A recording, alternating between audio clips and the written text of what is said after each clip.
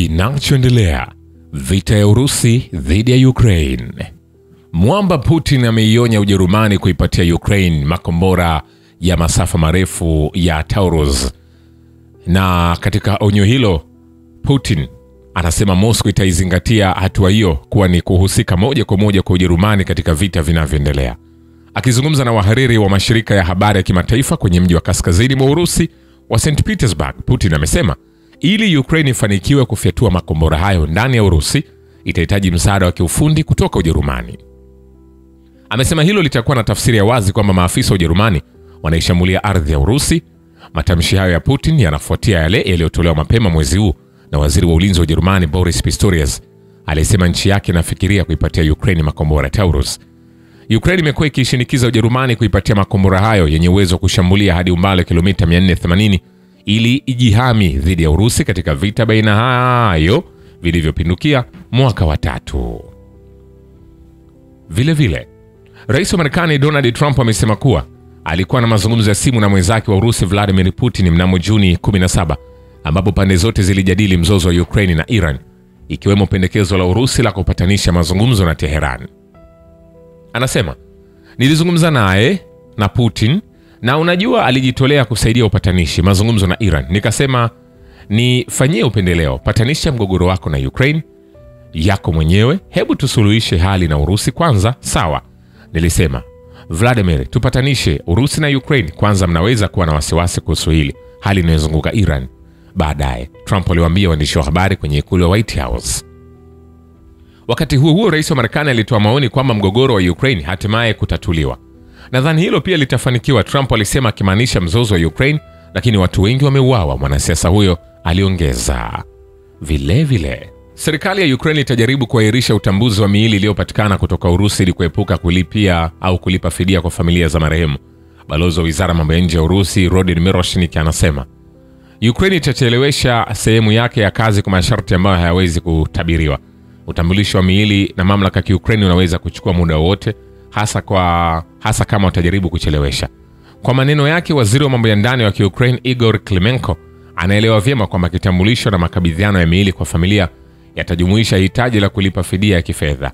Hivi ndivyo Klimenko na Zelensky na wengine wa serikali ya Kiev hawana nia ya kufanya, Miroshnik alisema. Vile vile, katika uwanja wa kivita, siku moja mifumo ya ulinzi wa anga ya Urusi ilinasa na kuharibu drone 81 ndege zisizokuwa na rubani katika maeneo 11 ya Urusi, Wizara ya Ulinzi ya Urusi imeripoti Alhamis. Vile vile, vikosi vya wanajeshi wa Urusi vina faida ya kimkakati katika maeneo yote ya operesheni maalum ya kijeshi nchini Ukraine na kuendelea kusonga mbele katika mstari wa mbele. Rais Putin anasema vikosi vya wanajeshi wa Urusi vina faida ya kimkakati katika pande zote. Haijalishi mtu yeyote anaendelea kusema nini, askari wetu wanasonga mbele kwenye mstari mzima wa mawasiliano, Putin alisema katika mkutano na wakuu wa shirika la kimataifa la habari. Vile vile, Urusi itatekeleza malengo yake kuhusu Ukraine kijeshi iwapo itashindwa kufikia makubaliano ya amani. Rais wa Urusi Vladimir Putin anasema, hakika tusipokubaliana kwa amani tutatekeleza malengo yetu ya kijeshi, mwisho wa kumnukuu. Vile vile, mapinduzi ya serikali ni chanzo kikuu cha mamlaka ya serikali ya Kiev. Rais wa Urusi anasema, kwa miaka 8 sisi tumekuwa tukijaribu kupatanisha kati ya serikali ya Kiev ambayo chanzo chake kikuu cha mamlaka kilikuwa ni mapinduzi ya serikali na maeneo ambayo hapo awali yalikuwa kusini mashariki mwa Ukraine au Donbas, Putin alisema. Vile vile, rais huyo wa Urusi Vladimir Putin anasema kuwasilisha makombora ya Taurus ya Ujerumani kwa Ukraine kutaharibu uhusiano kati ya Moscow na Berlin, lakini hakutazuia vikosi vya wanajeshi wa Urusi kusonga mbele katika safu nzima makabiliano. Harakati zaidi ya vikosi vya wanajeshi wa Urusi kwenye safu nzima ya ushiriki haiwezi kuepukika hata ikiwa makombora ya Taurus yanatumiwa. Kwa maneno mengine, wewe Ujerumani utaharibu uhusiano na Urusi, lakini haitabadilisha matokeo kwenye uwanja wa vita. Hata hivyo, huu ni uamuzi wa uongozi wa Ujerumani, mradi wana mamlaka ya watu wa Ujerumani. Putin alibainisha kuwa kwa kuzingatia ukweli kwamba vikosi vya kijeshi vya Ukraine vinawafanya kazi 47% tu, uwepo makombora Taurus haina maana kabisa. Fikiria kama inafaa kusambaza makombora haya Taurus kwa Ukraine ambayo hatimaye yataharibu uhusiano wa Urusi na Ujerumani, mkuu wa nchi aliongeza. Vile vile, upande wa Urusi umekabidhi zaidi ya miili 6,000 ya wanajeshi wa Ukraine waliofariki kwa serikali ya Kiev. Rais Putin anasema Kulingana na hali ya jumla juu ya njia ya kibinadamu, mazungumzo yana mantiki. Tayari tumekubaliana kubadilishana mateka 1200 kwa 1200. Tunarudisha watu wetu. Tayari tumewacha watu 500 na kupata 400. Nadhani itakuwa mpango wa uaminifu. Tutarudisha kila mtu ambaye anapaswa kurejeshwa, Putin alisema.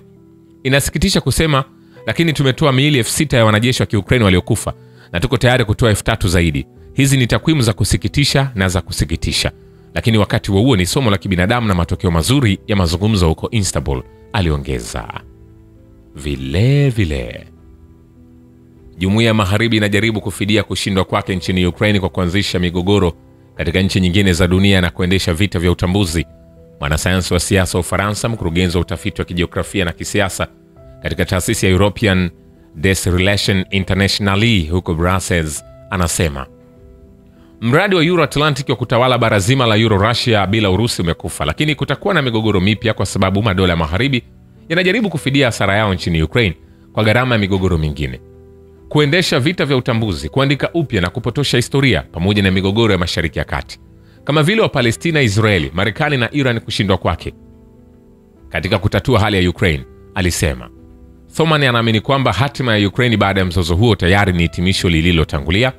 Tunachoweza kuwa na uhakika nacho ni kwamba Ukraine haitawahi kuwa mwanachama wa NATO na itabaki kugawanyika milele, yaani maeneo ambayo kwa mujibu wa kura ya maoni yamekuwa sehemu ya Urusi, Crimea, Donbas pamoja na mikoa ya Kherson na Zaporizhzhia yatabaki kuwa sehemu ya Urusi milele, alisema. Ndio maana anasema kwamba Urusi tayari imeshinda, lakini bado hatujui ni wapi mpaka wa siku zijazo utaenda, ambao naamini ndio kitovu cha mzozo huu.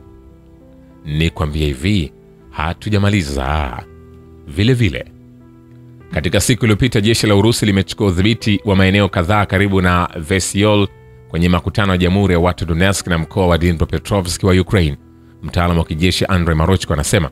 Marochko alibainisha kuwa kwa ujumla jeshi la Urusi linapigana kikamilifu na linapiga hatua kwenye mstari wa mbele kutoka kusini magharibi mwa Krasnoyarsk katika Jamhuri ya Watu Donetsk na hadi eneo la Zaporizhzhia. Vikosi vya kijeshi vya Ukraine vimesitisha majaribio ya kufanya mashambulizi makubwa ya kukabiliana katika eneo maalum la operesheni ya kijeshi kwa sababu vikosi vya Urusi vinasonga mbele katika pande kadhaa.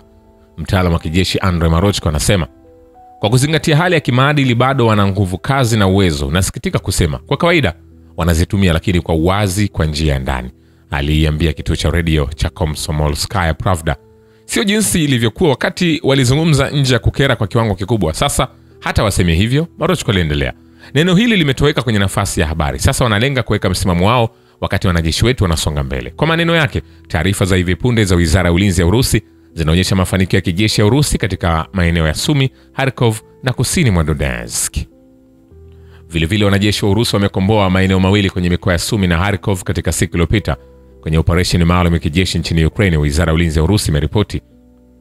Wanasema vikosi vya vita vya kaskazini viliingia ndani kabisa ya ulinzi wa adui na kukomboa makazi ya Novonikolayevka katika mkoa wa Sumi. Vitengo vya vita vya magharibi vilikomboa makazi ya Dolgenkoe katika mkoa wa Kharkov kupitia operesheni kali, wizara hiyo ilisema. Jeshi la Ukraine limepoteza takriban wanajeshi 1315 kwenye vita na vikosi vya Urusi katika maeneo yote ya mstari wa mbele katika siku iliyopita, kulingana na data ya hivi karibuni juu ya operesheni maalum ya kijeshi nchini Ukraine iliyotolewa na Wizara ya Ulinzi ya Urusi. Vikosi vya Ukraine vimetumia risasi 74 na ndege zisizo na rubani 65 kushambulia wilaya 8 za mkoa wa Belgorod katika siku iliyopita, Governor Vyacheslav Gladkov anasema. Mkuu General Staff wa Russian Army Force Generali Valery Gerasimov amekagua vitengo vya kituo cha vita kinachofanya kazi katika eneo la mstari wa mbele wa Krasnoyarsk kwenye mkoa wa Donetsk, Wizara ya Ulinzi ya Urusi imeripoti. Wanasema Chief of the General Staff of Russian Army Force, naibu wa kwanza wa waziri wa ulinzi Generali Valery Gerasimov alikagua utimilifu wa malengo ya mapigano na vitengo vikubwa vya jeshi na vikosi vya jeshi la pamoja la kituo cha vita kinachofanya kazi katika mwelekeo wa Krasnoyarsk kwenye eneo maalum la operesheni ya kijeshi, wizara ilisema. Gerasimov alisikiliza ripoti za makamanda kwenye nafasi za amri za kituo cha vita na akapanga malengo zaidi, wizara ilisema. Shukran kwa baba wa kivita na historia ya dunia. Mimi ni Richard Shio, The Rich Voice. Ni follow Instagram na TikTok kama Rich Voice Official. Asante.